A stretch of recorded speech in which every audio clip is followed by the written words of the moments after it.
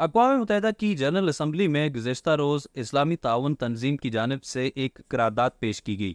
یہ قرارداد اسرائیل اور حماس میں فوری جنگ بندی کے حوالے سے تھی۔ اس قرارداد کے حق میں اقوام متحدہ کی جنرل اسمبلی میں 193 ممبران میں سے 153 ممبران ممالک نے اس کے حق میں ووٹ دیا، جبکہ 23 ممالک اس ووٹنگ میں غیر حاضر رہے۔ مخالفت میں 10 ووٹ پڑے، جن میں امریکہ اور اسرائیل سمیت 8 ممالک شامل ہیں۔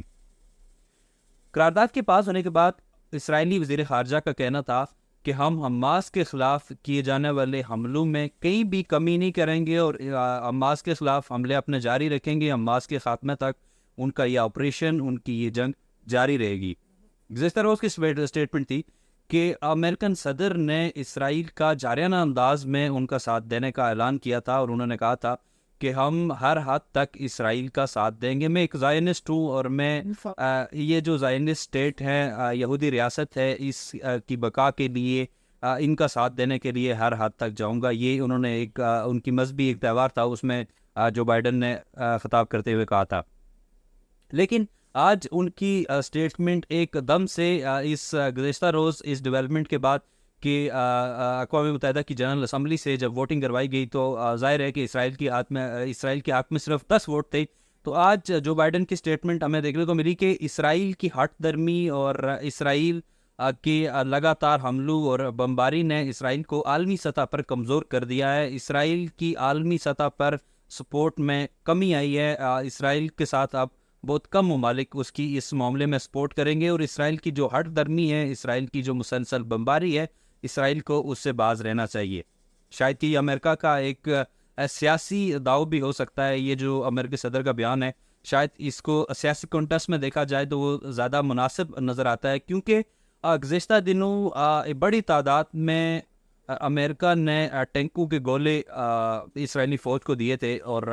یہ انہوں نے اپنی جو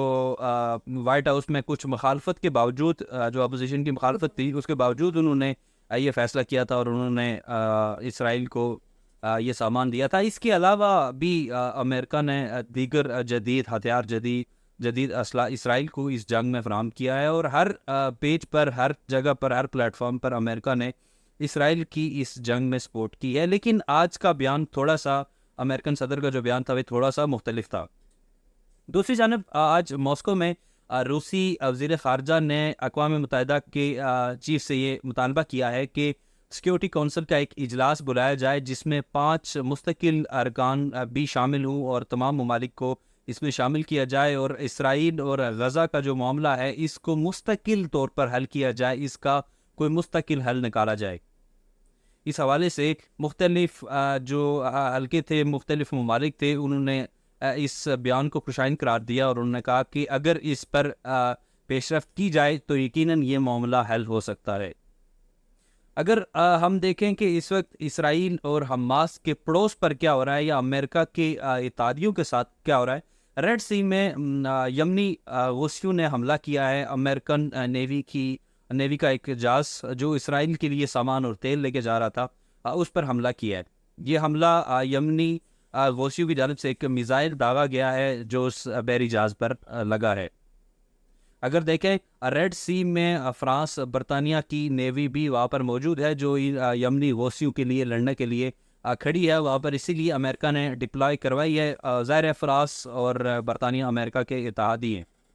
لیکن اس کے باوجود اتنا بڑا نقصان ہوا ہے جس کی تصدیق امریکہ کے اسٹیٹ ڈپارٹمنٹ نے بھی کی ہے، اور مختلف اداروں نے بھی کی ہے، جس پر نیتن یاہو کا کہنا تھا کہ ریڈ سی میں جو واقعہ پیش آیا ہے، اس میں جو یمنی غوثی ہیں انہوں نے حد کراس کر دی ہے، اور اب شاید کہ یہ ایسا محسوس ہوتا ہے کہ یہ جنگ صرف اسرائیل اور حماس تک محدود نہیں رہے گی،